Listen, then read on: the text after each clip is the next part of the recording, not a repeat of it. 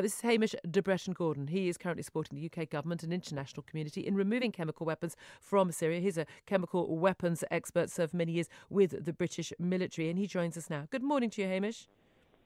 Good morning, Julia. Good morning. Now, there's been a debate, obviously, you've heard in the House of Commons yesterday. The Prime Minister defended the legally and morally right decision to take part in military action against these chemical weapon sites owned by Assad in a bid to prevent further human suffering, she said, in another chemical weapons attack. This has been questioned by Jeremy Corbyn as legally questionable, he says, and it's all to do with the whims of the US president rather than the needs of Britain's interests or the people of Syria. There were protests outside Parliament yesterday by people opposed to any military action whatsoever. But now we are knowing that there's been accusations against Russia and Syria. They've been accused of tampering with a chemical attack site amid claims that they were not responsible for it at all. Can you talk us through the evidence that you are aware of, that you can talk to us about in the media, that this chemical attack did take place, and B, that it was the responsibility of the Putin-backed Assad regime? Well, certainly, as you know, and if we discussed before, I've been to Syria many times investigating just these sort of attacks, so I have seen it at first hand. And a lot of the people, a lot of the doctors from the Union of Syrian Medical Charities who were treating these casualties are people that I've trained and I know well. They were in touch with me very soon after the attack last Saturday, describing the symptoms and what they were doing and everything else, and the wherewithal behind the attack. So I was very convinced that this was what we'd seen before, chlorine barrel bomb. I think it's probably also a nerve agent from the symptoms that I've seen. They have also, lots of people were collecting evidence. Some of that evidence has found its way out, and both the French and the American presidents said as much the other day, and that was biomedical samples, blood and urine, which would be unequivocal in laboratories like Portendown. They'd be able to work that out. There's also been all the dreadful footage that people have seen, and there is environmental evidence. However, as you suggest, and as people are telling me from Duma, a lot of that evidence has already been cleaned up and disappeared because we're now, well, they're allowed in tomorrow, which is almost 10 days later. Well, you say they're allowed in. The international experts who are going in to verify this, they've been told that by the Russians and the Syrians they can't guarantee their safety, so they've not been allowed in. But we understand the Russian forces have been in, as you say, and have been removing and cleaning up evidence. Well, that's right. The Organisation of Prohibition of Chemical Weapons, who investigate these things, have been in Syria for a while. They're allowed in tomorrow. I mean, it does sound a bit ridiculous. They can't guarantee their safety. I mean, the Syrians and the Russians have pummeled the place.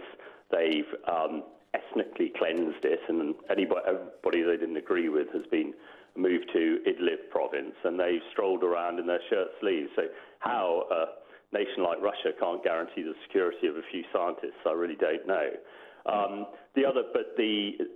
I understand a lot of doctors have been taken into Damascus and debriefed and removed, and people tell me, and I spoke to somebody only yesterday in Duma, that everybody is terrified, and anybody who speaks to the OPCW can expect a nasty end. So on that backdrop, they're going in very much long after. Whenever I've gone into Syria, it's been sort of 48 hours after an attack, where you can get good samples because chlorine is very non-persistent, doesn't hang around for very long, and so does sarin. However, if you can get blood and urine and hair samples off the dead and injured, then that's pretty conclusive. Now, that'll be a test whether the OPCW are allowed to do that, and all I'm hearing from inside Syria, that's probably unlikely. And so when we have people, and I know you won't want to get party political, but we have people saying we can't get, absolute proof absolutely beyond all doubt proof that's because the Russians are trying to prevent it. But you're very sure that the proof that has been offered so far is incontrovertible. Oh, absolutely.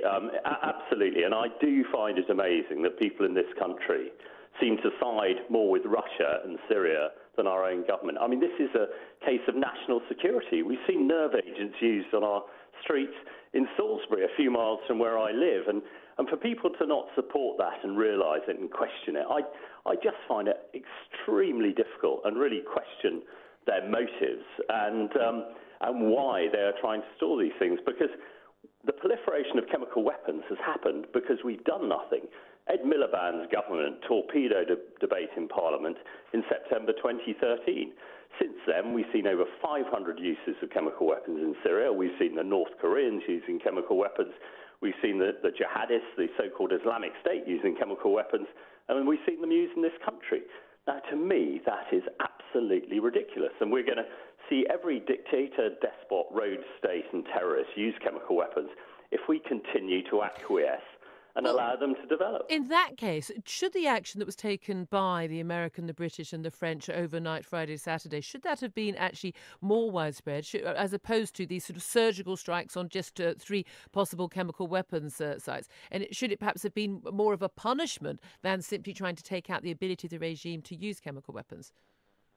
Well, no, I don't think so. I think surgical strikes are absolutely right. We don't want to escalate this conflict. Russia and Syria have won, because we've let them won, despite, over 1 million dead, etc., etc. But they have won, and we must now work for peace and to sort the humanitarian side out. But it's a much bigger issue. We need to show the world, as I said, those groups, dictators, despots, who do seem to be supported by rather too many politicians in this country, that the use of chemical weapons is abhorred and won't be allowed. And by taking out Assad's ability to make nerve agents is exactly what we should do. And I'm sure any helicopter pilot who's about to jump into his helicopter in Syria with a chlorine or a sarin barrel bomb will be thinking twice now. And I would hope, as Trump has said, they're locked and loaded, and anybody who does that will be taken out of the sky. This is not a point where we can sort of acquiesce and hope that, dictators like Assad and people like Putin are going to be reasonable and fair and judgmental. They're not. They only understand one thing, and we have to be firm. And I think what happened last week with the strikes was absolutely right, and it's degraded Assad's ability to use chemical weapons to a degree where it's pretty insignificant. He can, of course, still use chlorine, because he's got limitless amounts of that, but I would hope that our threat to take any aircraft or weaponry out that is seen to be using chemical weapons, including chlorine, will put people off, and we can now focus on the humanitarian side and the peace. Well, that's something I know you've been very. In fact, we first spoke to you on the show, but including your humanitarian work, Hamish De Bretton Gordon, when you were helping to arrange buses out of some of these stricken towns for the most injured children to get them to safety. So I know you've got a very strong track record of working on that. Can I just ask you finally, when people who are demonstrating against this military action and against all wars, Stop the War Coalition, when they say this is going to lead to more loss of life, and for the Syrian people, we should not get involved. More bombing is just going to cause more loss of life. What do you say to them? You've been at the sharp end. You've been dealing with the children who've been injured by the bombs on both sides. What do you say to them? Well, I say to them, if you have the moral luxury to sit back and send out platitudes like that from your comfortable homes in the UK, fine. Rather reminds me of a song. I would like to show them the streets of Douma, of Ghouta, of Aleppo. See the suffering that's happened, see the thousands of children that have died in such a miserable state, see children dying from the effects of chemical weapons, which I've seen. And then I hope they'd think again, because it is quite this utopic world that some of these people live in. They think by sitting back and shouting the world will be a better place. Well, actually, sometimes you have to get up and do something. And I abhor war. I've seen far too much of it. But sometimes, for the good of other people, you just have to help them. I think we've done that now. We now need to focus on feeding them and getting them better. The next big battle is Idlib province. There are 2 million civilians trapped there who can't get out.